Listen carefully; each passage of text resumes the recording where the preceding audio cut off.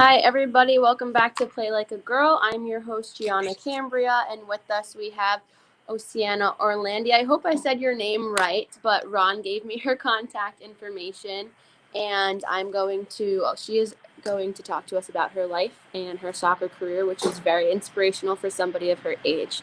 So let's welcome her to the show this week.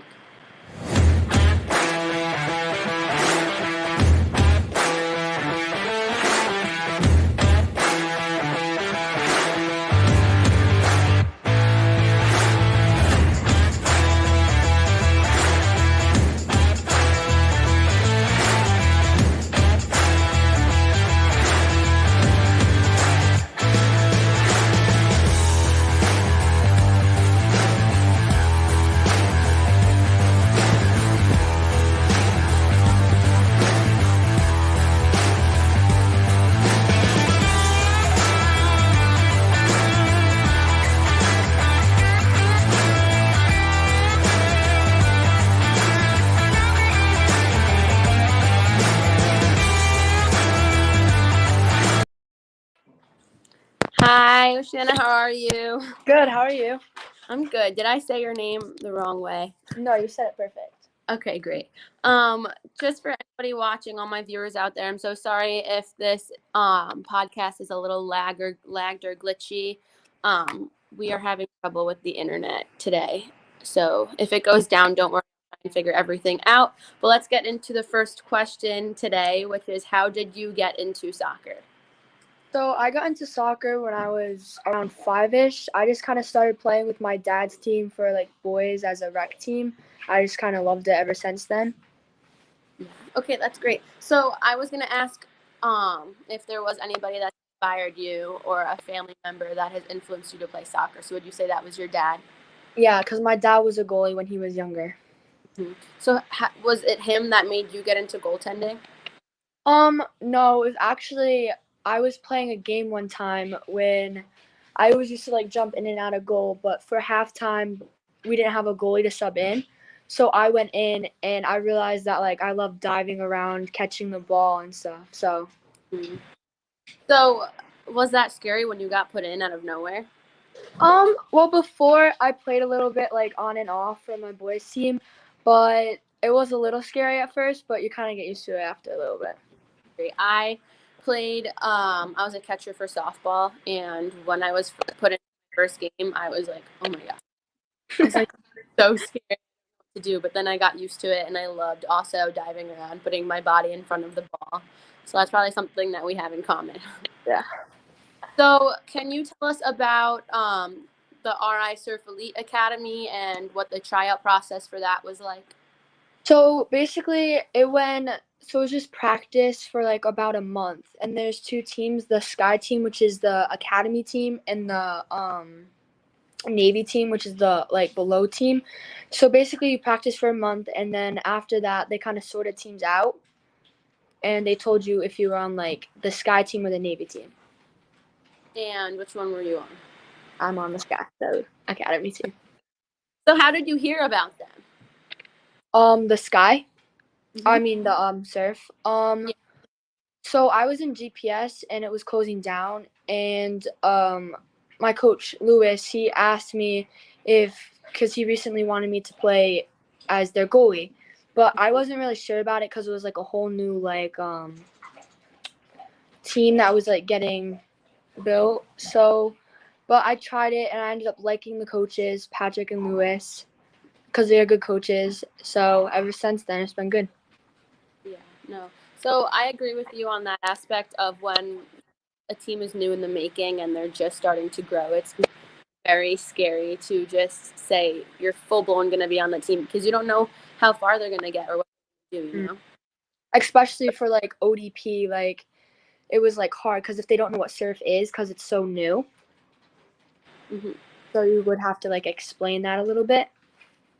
So the next question was going to be about the Olympic Development Program. Can you tell like the viewers a little bit about it that don't know about it and like how you got into it with them as well? Yeah, so basically what it is you go every Sunday and it's like training. I do goalkeeper training because I'm a goalie. So it's training and at like the last 30 minutes you scrimmage. And usually, like before COVID, you would do like these 2-day things that were like all day. And they would evaluate you on that. You would eat lunch there and stuff like that. But now I think they're just going on how you play during the scrimmages and everything else. So last year I got selected into it, and it was off like the 2-day camp thing. So yeah, they just kind of evaluate you in the scrimmages and how you play. So was it a little scary when you first went there? Yes. How were you feeling? I was nervous, because I didn't know how like it was gonna go. But until like I get on the soccer field, then I'm fine, cause like then I'm just playing how I play. No, I definitely agree with you. When like before I got on the ice for competition or before I went into a softball game, I had so many nerves. I was feeling anxious. I didn't know what to do. I just was going crazy everywhere. I was like, oh my God, oh my God, oh my God. And then when you step onto the field or onto the ice, you're like, oh my God, okay, I got this. It's my game. I love it. And I'll just play how I play. So your story kind of reminds me a little bit of a soccer player that we had on in the past. Her name was Taylor Glad. She went to the Junior Olympics for soccer, and she played for Cornell.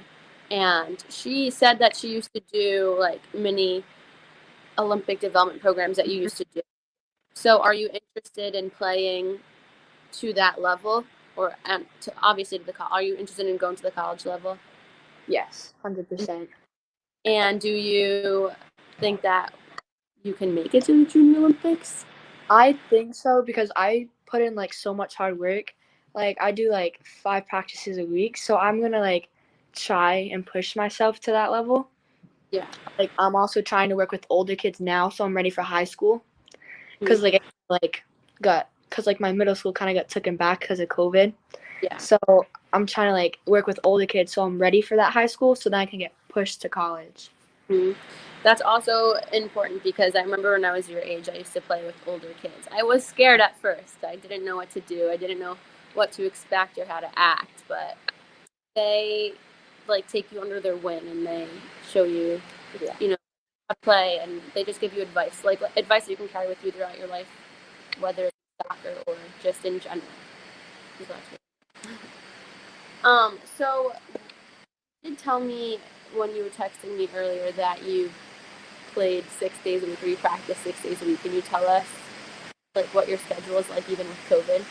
Yeah. So Mondays I have been doing URI coach training from 6 to 7, and Tuesdays it's my 07 practices with my regular coach for surf, Jamie, and one day I'm off. Thursdays I do the 06 to I think it is 04, 03. And I do that with the older kids for goalie training. And then after that practice, I go to my regular practice from 8 to 9. And then on Fridays, I have my regular practice, 6 to 7. Saturdays, I usually have games for the boys' team indoor. And Sundays, I have my ODP. Okay. Did you say that you did a URI training thingy? Yeah, Mondays. So, well, I go there. I don't know if you knew that, but Really?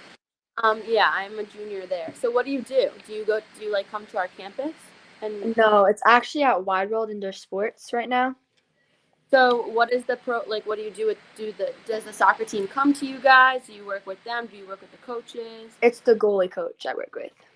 That's actually I think pretty. he does the boys, actually. I think he trains the boys URI goalies.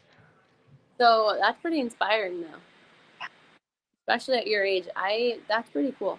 I would be kind of nervous if I was you, though.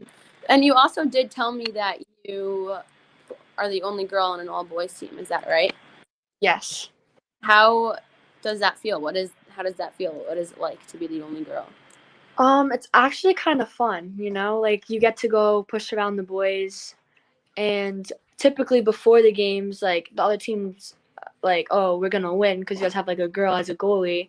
But then after like you save their goal, like you can just like laugh at them, and it's fun. So, so they're supportive of you, obviously. Yeah. What is the thing that you would say is different from being on the only girl on an all boys team versus being on an all girls team? Definitely more judgment from the parents in the past. Mhm. They would get mad because their son just like got let down from a girl, and they would complain. So it's definitely more judgmental in the past, but now it's like more settled down. I was gonna ask you about that because there's been many stories where I don't know if you've seen the movie She's the Man. Yeah. So there's been many aspects where people have said that girls can't do what guys can do, or guy soccer players are better than girl soccer. Girls can't play to that level. So, like, what would you say to that news? And like, what's an experience that you can give us from that? So definitely, like, boys, yeah, they have more muscle mass and stuff like that. But I played, my soccer team played a boys soccer team during like COVID and stuff, and we actually won. So that kind of proves that like boys aren't always better than girls, because we beat them in a soccer game. Yeah, no, definitely. So you did mention how COVID is changing everything. Obviously for everybody everywhere. Yeah. But how has it affected your season, your school, what you've been doing? Oh, it definitely affected my season. There wasn't as many games, like even like playing like even just simple games, like you couldn't do that. And there's no school. Like there's no school soccer. I think they said they might do it in the spring, but if they don't, like that like kind of ruins my like extra practice into high school, because I'm going to high school next year. And of course, playing with the mask stink because it's so hard to breathe. It gets so much harder to breathe in them. Like overall, it hasn't helped that much. But besides like my extra goalie training, it's been pretty good. So you guys don't have? Do you guys just not have soccer at your school, or there's no sports at all? Just not soccer right now because basketball is going on. That kind of sucks. Yeah, it does. Like, how do you feel about that? I'm actually mad about it because basketball, they're all like touching the same balls, so I don't get it. Like it's soccer, we're even wearing our masks. So like soccer, we're outside even using our feet, not our hands, and they're inside. So we're outside, they're inside, touching like the same ball. So it doesn't make any sense. Yeah, it's kind of weird actually. Yeah. But COVID protocols are so different in every state and so different for middle school and high school and college. Like, I don't know. We just kind of have to like go with the regulations for now and just hope that the vaccine changes everything in the future. Hopefully. So what would you say is one thing that you miss from your pre-COVID seasons? I definitely miss the games. Mm-hmm. The regular games. No mask. Just regular games. You could high five the other team at the end. Instead You of can't saying, even do good job. Mm-hmm. It's so different because I work some of the URI basketball games, and sometimes for SFB in Rhode Island, I do the hockey game, like in Smithfield or wherever we go, West Warwick. And the teams, you know how hockey at the end, well, everybody usually just high fives their team. Soccer, everybody. Hockey teams are not doing it. Basketball teams aren't. They just wait from afar. They're like, bye, and walk away. So it's just so weird that COVID has. You can't even say thanks to the other team for playing. Yeah. But with that, we're going to go to commercial break really quickly, and then when we come back, I'm going to ask you a few more questions. Okay, thank you. Okay, no problem.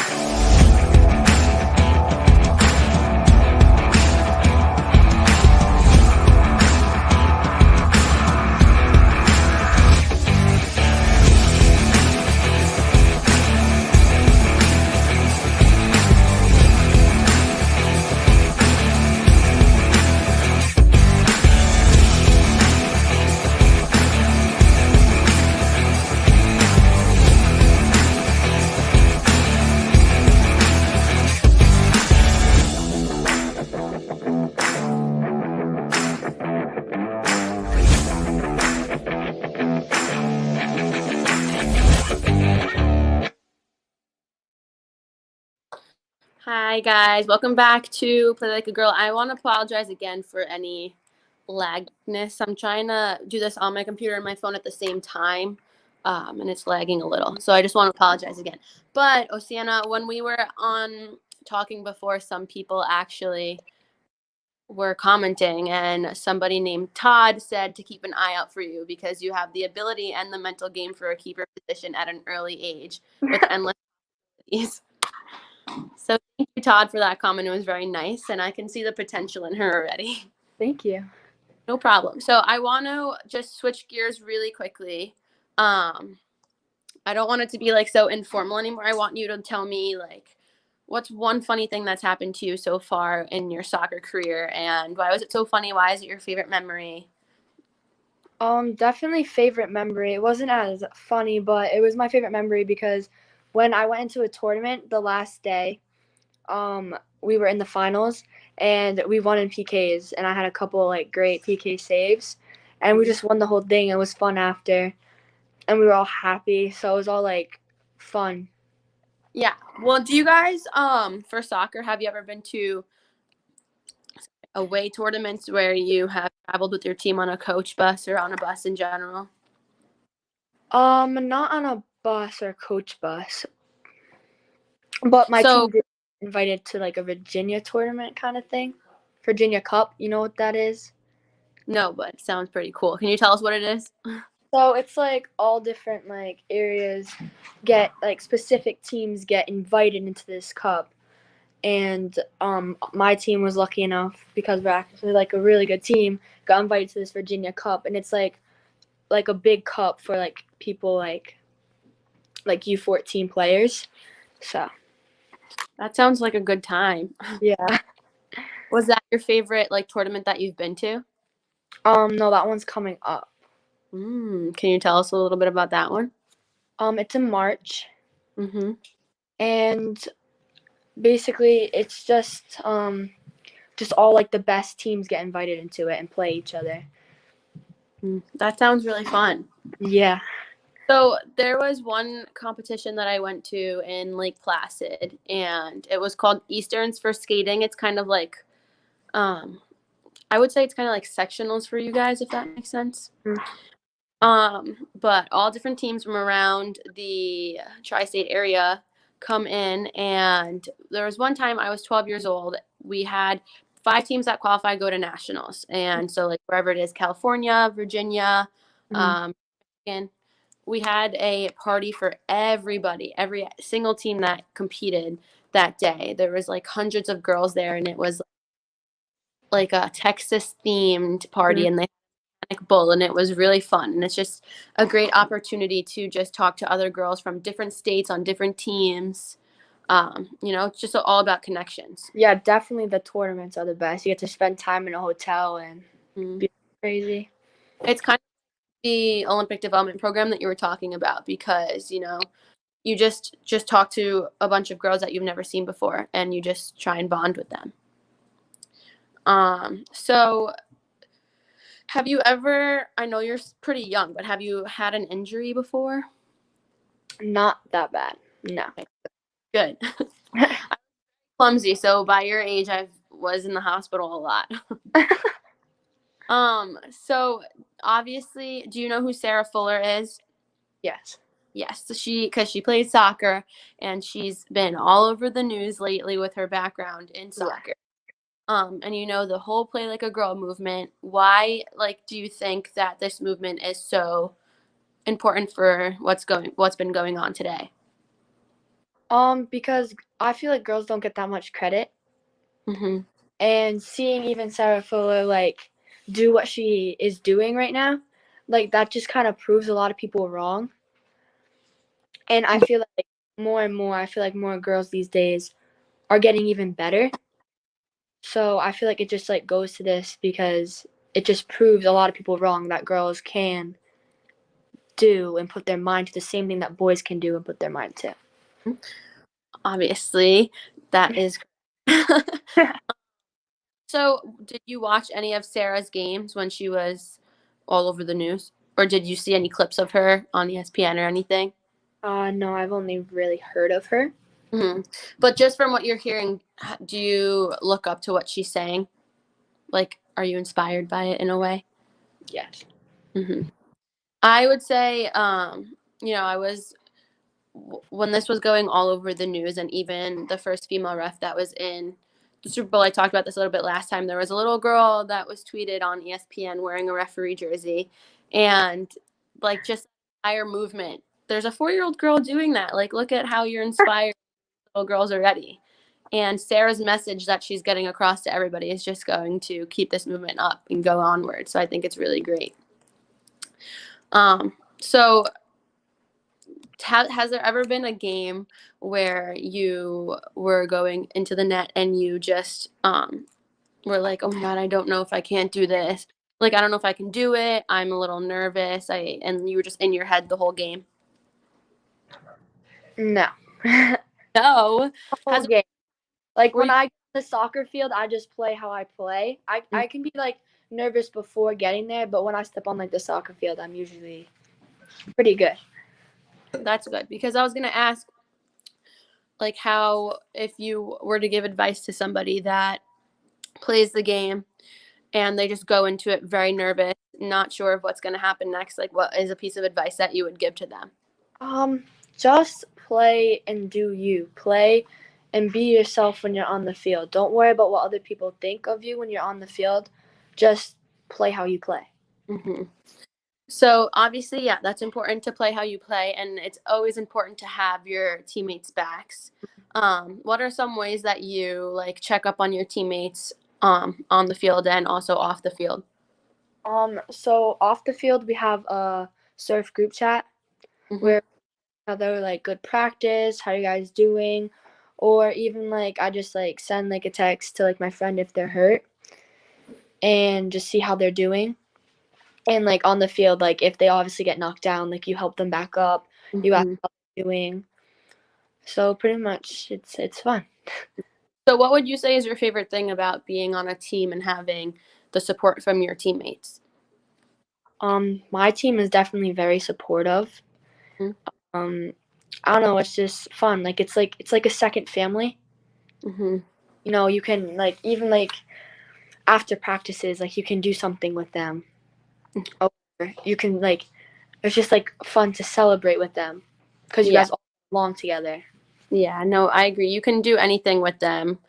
They are a second family. I consider that looking back on the best times of my athletic career were memories that I made with my teammates and on and off the field, and how they were always there for me. Even if it was regarding schoolwork or something that was just going on in my head that day, they were like, hey, like, I'm here for you. I love you. Like, you're my sister, you know? Yeah. That's just the best part, I think, about being on a team. And you can learn so much about it that you can take with you for the rest of your life as well. Definitely. So I have one last question for you. We touched upon it a little bit before. But what do you think it means to play like a girl? I think it means to play like a champion. Mm-hmm. And like I feel like girls have so much power that people don't know of, or a lot of people know of. So I feel like it just means to be like the best. Yeah, I definitely agree with you on that one. I love that you said it means to play like a champion, because that's such a great mindset to have and such great confidence to have about it. So keep playing like that, Oceana, and you're going to go far. I will. Champion for the rest of your life. And don't ever, if I have one piece of advice that I would give you, just live in the moment. Because you're going to grow up so quickly and you're going to miss playing so much when you're not doing it anymore. So just make sure that you live every game in the moment and that you just play with your whole heart in every single game. 100%. Yes. So thank you so much for being on our show. Having me. No problem. I loved speaking with you, and I hope you have a great night. You too. Thank you. No problem. Bye. Bye. Okay, so that was Oceana. She was great. I loved speaking with her. She has such a great mindset already at her age. She's so confident. So you Rhode Island locals, watch out for her because she is going to go far in the future. But make sure that you guys come back next week for our Play Like a Girl episode. It's going to be number 25, I think. We're going to have another great guest. And as you know, this is the podcast Play Like a Girl for the girls. And I'll see you guys next week. Bye.